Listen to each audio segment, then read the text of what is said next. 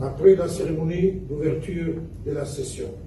le Conseil a adopté son ordre du jour articulé autour de 4 points, à savoir adoption du projet d'ordre du jour et du programme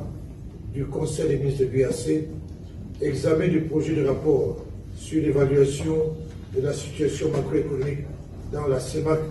en contexte de pandémie du Covid-19 et l'analyse des mesures de redressement, examen du projet d'ordre du jour de la session extraordinaire de la conférence des chefs d'État et enfin divers. Examinant la situation macroéconomique de la communauté en lien avec la pandémie de la Covid-19, le Conseil a pris connaissance du rapport présenté par le président de la commission de la CEMAC. Le rapport met en exergue l'évolution récente de l'impact du Covid-19 sur les économies de la sous-région,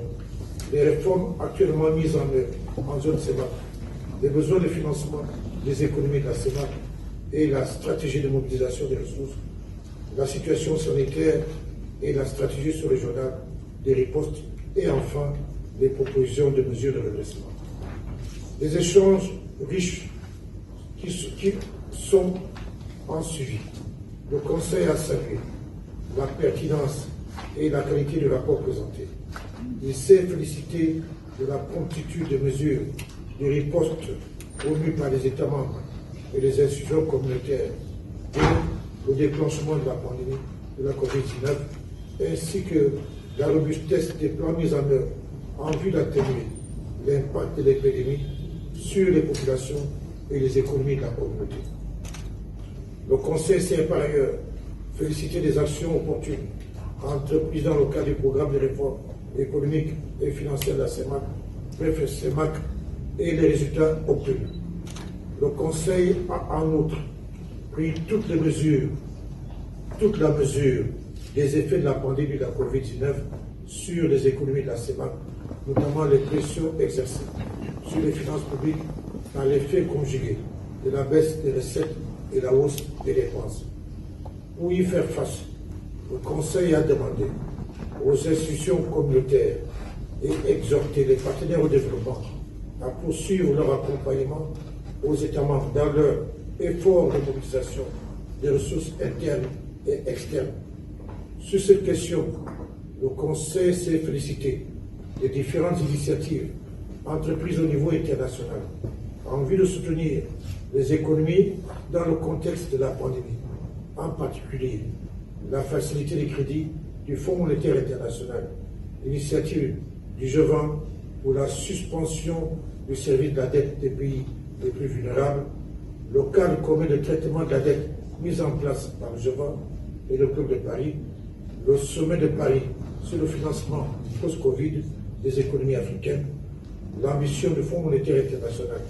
d'aller vers une nouvelle émission des droits de tirage spéciaux pouvant atteindre 650 milliards de dollars et la reconstitution en cours des ressources du d'avant pour le financement du développement. Au terme des débats sur l'examen du rapport présenté, le Conseil a endossé les recommandations formulées pour le redressement des économies de la sous-région et a décidé de les renforcer par des piliers additionnels devant les soumettre aux très hautes appréciations de la conférence des chefs d'État de la CEMAC. À cet effet, le Conseil a instruit la mise en place d'une équipe constituée des experts du Cameroun, de la commission de la CEMAC, de la BEAC et ceux du pôle CEMAC pour élaborer en urgence un avant-projet du communiqué final de la session extraordinaire des chefs d'État mettant en relief des mesures consolidées autour des piliers identifiés. Poursuivant ces délibérations, le Conseil a échangé sur les principales articulations et le projet d'ordre du jour de la session extraordinaire de la conférence des chefs d'État. À l'issue de ces travaux, le Conseil a exprimé sa gratitude à son Excellence Paul Biya, président de la République du Cameroun, président en exercice de la CEMAC, pour son leadership exemplaire et son engagement constant en faveur de l'approfondissement de l'intégration de la CEMAC, ainsi que pour toutes les marques d'attention dont les différentes délégations ministérielles ont fait l'objet durant leur séjour à Douala. À tous et à chacun, une cordiale et chaleureuse bienvenue à Douala, au Cameroun, ainsi qu'un agréable séjour. Cameroun, terre d'hospitalité. Excellences, Mesdames et Messieurs, je ne saurais poursuivre mon propos sans au préalable remercier le professeur Daniel Onaondo, président de la commission de la CEMAC, pour les propos aimables prononcés à l'endroit de la République du Cameroun et tout spécialement à l'endroit de son premier dirigeant, son Excellence Paul Biya, président de la République, chef de l'État. Recevez les assurances de la disponibilité constante. La récession mondiale de 3,3% en 2020 n'a pas épargné nos pays. Nos travaux de ce jour seront pour l'essentiel consacrés à l'évaluation de la situation macroéconomique dans notre zone, la CEMAC, en contexte de pandémie du Covid-19 et aussi à l'analyse des mesures de redressement. Dans le prolongement de la réponse communautaire à la crise économique en 2016, il sera question d'examiner avec pragmatisme et détermination les mesures idoines pour une rapide. Il a salué la mémoire de son Excellence, le maréchal du Tchad, Idriss Déby Itno, disparu en avril 2021. Le président de la Commission a également présenté le respect de la communauté au général de corps d'armée, Mohamed Idriss Déby Itno, président du Conseil des ministres du Conseil militaire de transition, président de la République du Tchad, chef de l'État. Il a par ailleurs remercié les membres du Conseil des ministres de l'UAC pour la constante attention accordée aux actions conduites par les institutions communautaires avant de situer le contexte qui a dicté l'organisation et la tenue de la session extraordinaire du Conseil des ministres de l'UAC.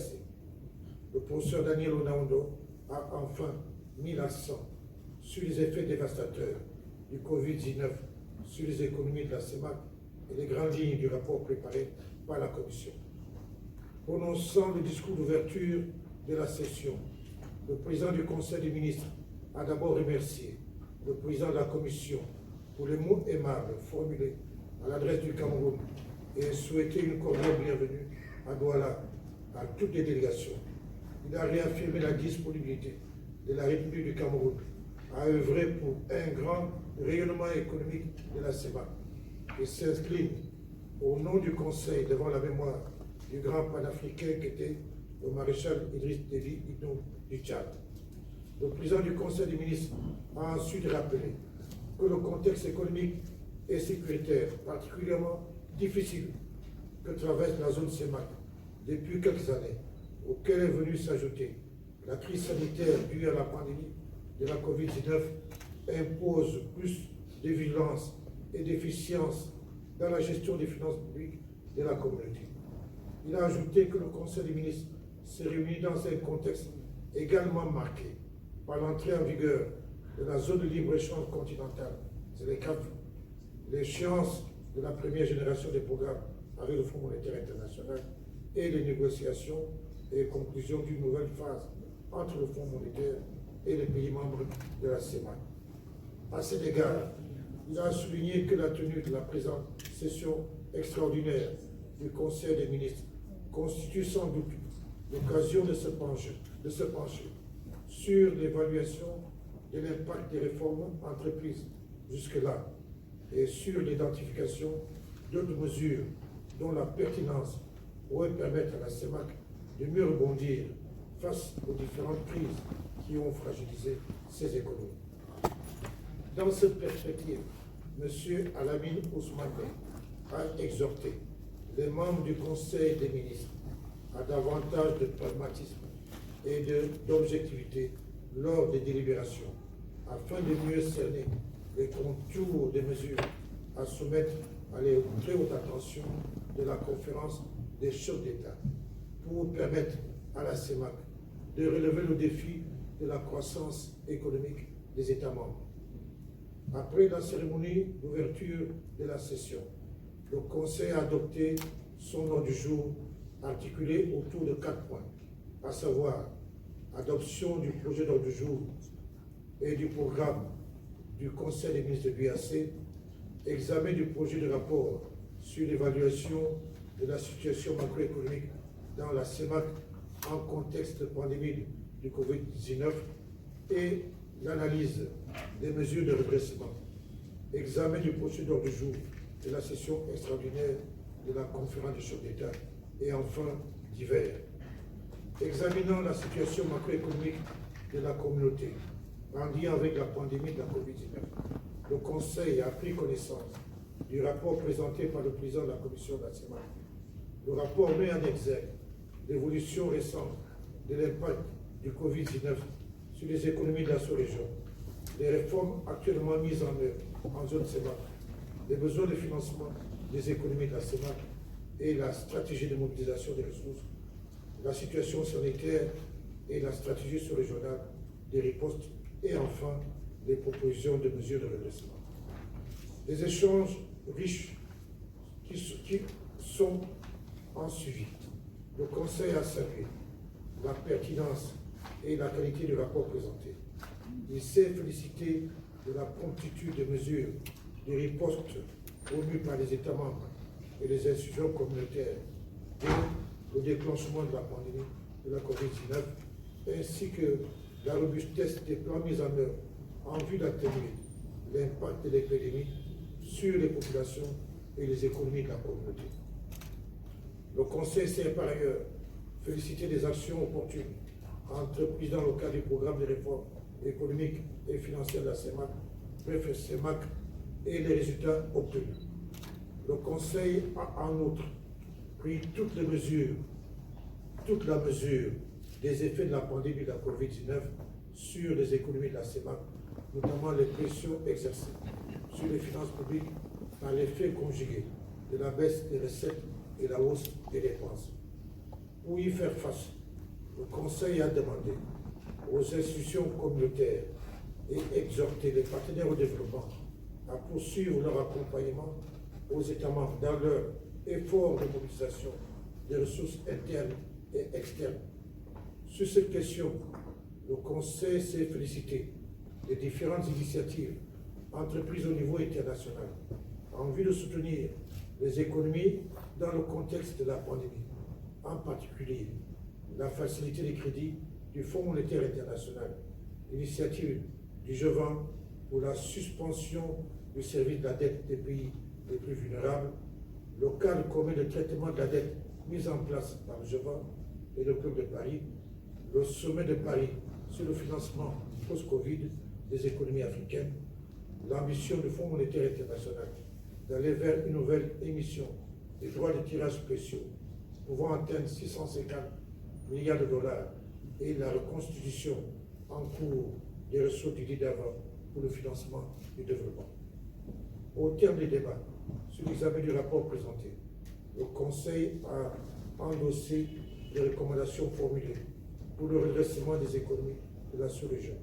et a décidé de les renforcer par des piliers additionnels devant les soumettre aux très hautes appréciations de la conférence des chefs d'État de la CEMAC. À cet effet, le Conseil a instruit la mise en place d'une équipe constituée des experts du Cameroun, de la commission de la CEMAC, de la BEAC et ceux du peuple CEMAC pour élaborer en urgence un avant-projet du communiqué final de la session extraordinaire des chefs d'État mettant en relief des mesures consolidées autour des piliers identifiés. Poursuivant ces délibérations, le Conseil a échangé sur les principales articulations et le projet d'ordre du jour de la session extraordinaire de la conférence des chefs d'État. À l'issue de ces travaux, le Conseil a exprimé sa gratitude à son Excellence Paul Biya, président de la République du Cameroun, président en exercice de la CEMAC, pour son leadership exemplaire et son engagement constant en faveur de l'approfondissement de l'intégration de la CEMAC, ainsi que pour toutes les marques d'attention dont les différentes délégations ministérielles ont fait l'objet durant leur séjour à Douala. Le Conseil a par ailleurs adressé ses sincères remerciements